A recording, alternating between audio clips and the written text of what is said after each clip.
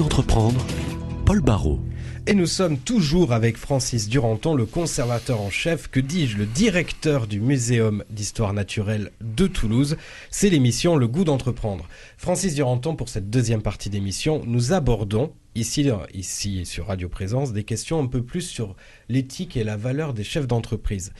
Vous, c'est quand même le muséum est un cas particulier, mais on a peut-être ça qu'on compris ça en première partie, il y a une certaine éthique qui vous fait vivre, vous et votre équipe de 143 salariés. Et pour en discuter, nous accueillons dans ce studio Pierre-Yves Révillon. Pierre-Yves, bonjour. Bonjour. Alors vous êtes, pour rappeler à nos auditeurs, un ancien cadre dirigeant et l'ancien directeur du CEM, le Centre éthique et management de l'Institut catholique de Toulouse. Et quand vous avez appris que M. Duranton allait venir dans cette émission, immédiatement vous avez voulu venir parce que, il faut le reconnaître, vous êtes un vrai passionné. Absolument. J'ai visité il y a peu de temps l'exposition sur l'ours avec mes petits-enfants et ça a été un moment de bonheur. Et j'ai eu aussi l'opportunité de voir en même temps une autre exposition sur l'Afrique du Sud, de paléontologie, avec le professeur sud-africain qui était présent ce jour-là, et ça a été un deuxième grand bonheur. Effectivement, ce muséum de Toulouse, je le ressens comme un lieu qui donne goût finalement à redécouvrir tout ce qui concerne la nature, la science, etc., d'une manière beaucoup plus vivante, beaucoup moins poussiéreuse qu'autrefois.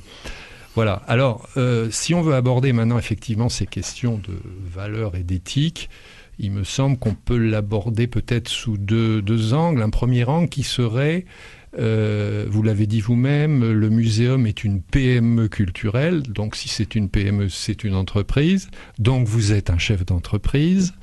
Comment pouvez-vous concilier votre fonction de chef d'entreprise, de manager, avec celle de conservateur d'un patrimoine précieux sur le long terme, etc.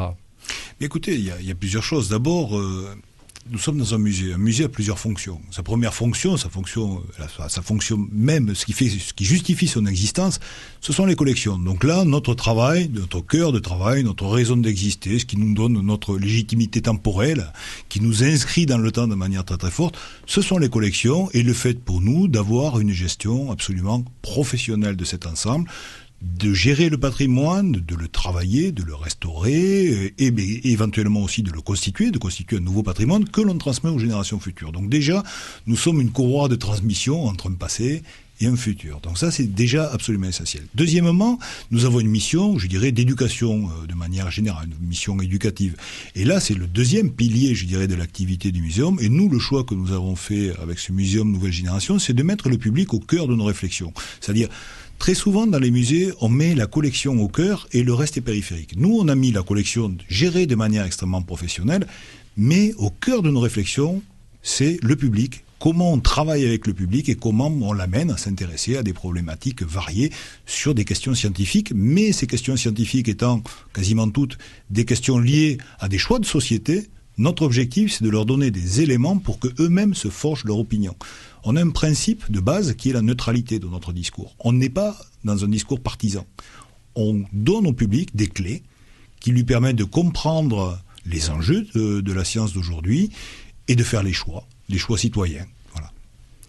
D'accord. Alors, sur l'aspect managérial, je voudrais rester là-dessus. Vous avez à gérer une entreprise, donc 140 salariés, etc., qui relève, si j'ai bien compris, de la fonction publique. Vous avez à gérer un budget qui doit être quand même important. Et tout le monde sait qu'actuellement, le monde des musées, etc., ne peut pas survivre sur les seules dotations publiques. Il faut aller chercher de l'argent ailleurs, il faut compléter. Il faut donc chercher des ressources. Il faut peut-être aller sur le secteur marchand. Il faut organiser des ventes des produits dérivés. Il faut, etc., etc. Alors, ça, c'est un aspect qui m'intrigue un petit peu. D'abord, avoir peut-être quelques éléments un peu de chiffres là-dessus pour qu'on se rende bien compte des choses et voir comment vous arrivez à mettre tout ça en musique. Donc d'un côté, toujours cette conservation du patrimoine à long terme et en face, la nécessité d'avoir des ressources financières qui vous obligent peut-être à faire des choix qui pourraient peut-être être en tension avec l'aspect conservation. Alors sur la conservation, on mégote jamais, parce que c'est notre cœur. Pour vous donner des chiffres, le budget global du muséum, c'est 10 millions d'euros par an, masse salariale comprise. Là-dedans, il y a à peu près 57-58% de la masse qui est consacrée au salaire des personnels qui sont là. Donc ça nous laisse à peu près 3,5 millions, 4 millions d'euros par an pour développer l'activité, qu'elle soit autour des collections ou autour des expositions, et puis tout le travail, je dirais, d'animation quotidien et autres. Donc ça, c'est la première des choses. Si on travaille ensuite, effectivement, comme vous le soulignez, l'objectif, tout ça, c'est de l'argent public. Mon objectif, et mon éthique à moi, c'est de coûter le moins cher possible aux contribuables. C'est-à-dire de faire en sorte que, par les recettes que l'on peut avoir au niveau du muséum, le coût réel pour le contribuable soit baissé le plus possible.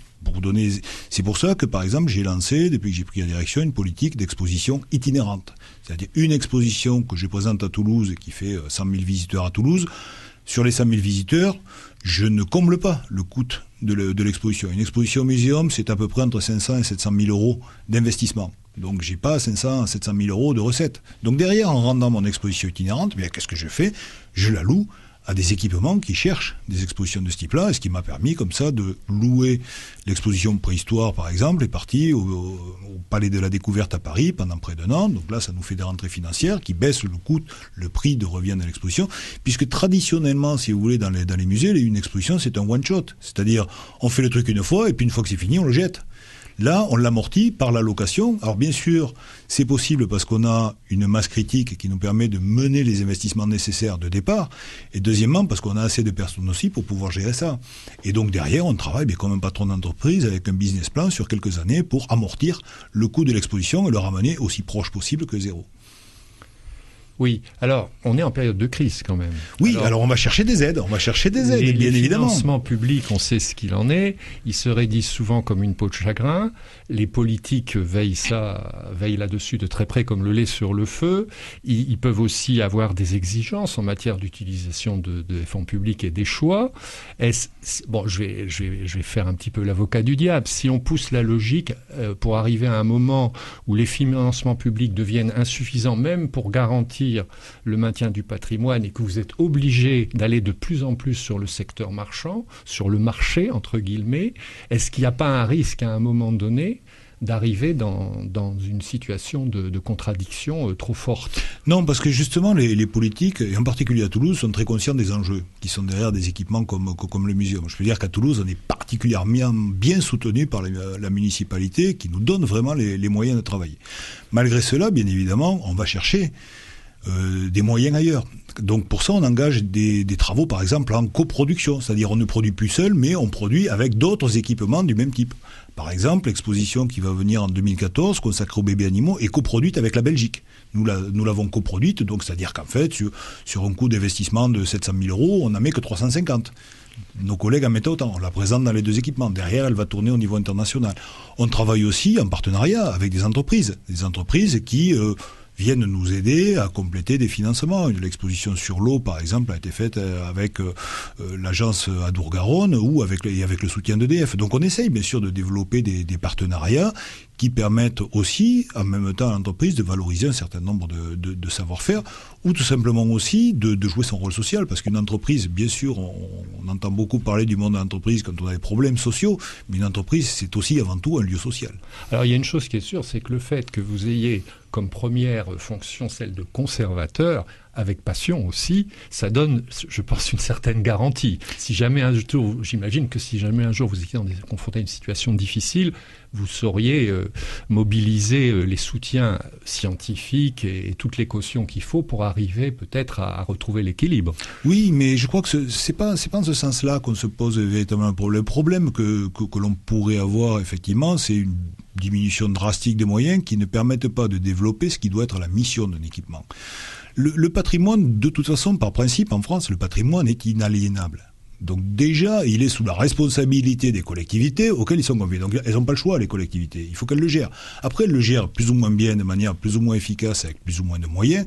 Mais en tout cas, par principe, la priorité sera toujours mise sur la conservation du patrimoine. Ça, c'est absolument essentiel, puisque ce patrimoine, c'est aussi le patrimoine de la nation, au niveau de l'ensemble des collectivités, que ce soit un établissement national ou un établissement d'une collectivité territoriale. tout ça, c'est quand même le patrimoine public. Et ce patrimoine public, la puissance publique se doit de le conserver, de le gérer au mieux et de le transmettre. Donc ça, c'est la mission de fond. Donc ça, c'est pas remis en cause, jamais.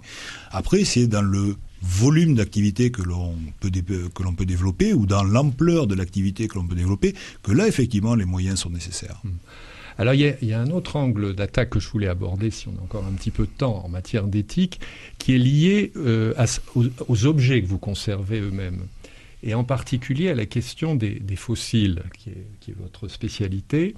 Et j'ai lu quelque part que certains scientifiques, notamment au Muséum de Paris, se posaient des questions d'éthique par rapport à la conservation des fossiles, notamment des fossiles humains, donc tout ce qu'on peut trouver comme reste humain.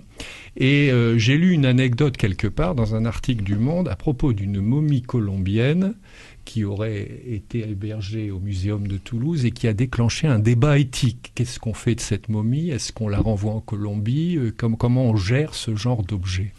Il y a eu notamment un bon exemple au niveau national, c'est les restitutions de têtes maoris qui ont été effectuées. En Nouvelle-Calédonie, ça, oui. À Maori, oui, non pas en Nouvelle-Calédonie, mais sur toutes les îles du Pacifique, Fidji, Nouvelle-Zélande et autres. Il y a eu aussi la restitution qui a été faite par la France de la Vénus autantote aussi à l'Afrique du Sud, par exemple. Donc effectivement, là, on se trouve dans des scansions, dans des vraies questions qui sont liées à une évolution à la fois sociale, sociétale et des mentalités. Je veux dire, lorsque ces éléments ont été collectés au XIXe siècle, nous étions dans le cadre d'un empire colonial où on allait se servir ailleurs et où on ramenait chez nous ce qui nous intéressait. Bon, ces temps-là sont révolus, fort heureusement d'ailleurs. Mais bien évidemment, pour les communautés d'où cela a été extrait, cela crée des frustrations, des craintes légitimes. Donc effectivement, il y a tout un travail qui est mené. On le voit aussi notamment dans la partie nord-américaine avec les revendications légitimes aussi des peuples autochtones et autres. Donc tout ça, ce sont des questions qui font que les pratiques sont de plus en plus encadrées et ont évolué. Et donc du coup, la question de ce qui a été amené ici en d'autres temps, avec d'autres conceptions du monde, d'autres conceptions de l'époque, questionne aujourd'hui. Mais en même temps, je dis régulièrement qu'on ne va pas s'auto-flageller non plus. Ce qui a été fait par nos aïeux, c'est pas, c'est ici, c'est un constat. On ne cautionne pas forcément la manière dont ça s'est fait, mais c'est ce patrimoine, on le gère. Si on décide qu'il faut le restituer, il est restitué. Oui. Mais autre temps, autre mœurs. Voilà. Pour vous, pardon, à l'époque actuelle, ça semble logique, à la demande par exemple des Maoris, de ramener leurs pièces sur leur terre. Alors ce qui est logique, si vous voulez, c'est que, notamment pour ce qui était la question des fossiles humains, quand on a un individu dont on connaît l'identité, il a une famille, cet individu-là. Donc il est logique de restituer la dépouille à sa famille.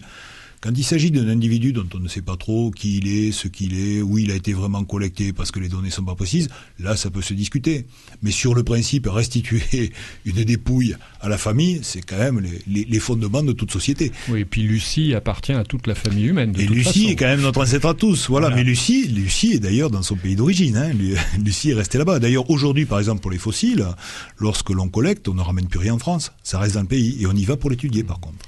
Eh bien, nous allons rester là pour cette intervention trop courte, on va dire, dans ce goût d'entreprendre. Merci à vous, Francis Duranton, d'être venu chez nous. Je rappelle que vous êtes conservateur en chef et directeur du Muséum d'histoire naturelle de Toulouse. Une dernière question, juste alors en quelques mots, sur les 2,5 millions de pièces, laquelle vous impressionne le plus? La prochaine, celle qu'on va découvrir. Merci.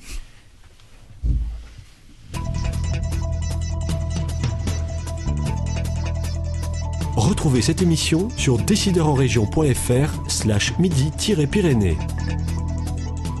Le goût d'entreprendre, une émission en partenariat avec la Caisse d'épargne, la Banque des entreprises et des professionnels de Midi-Pyrénées.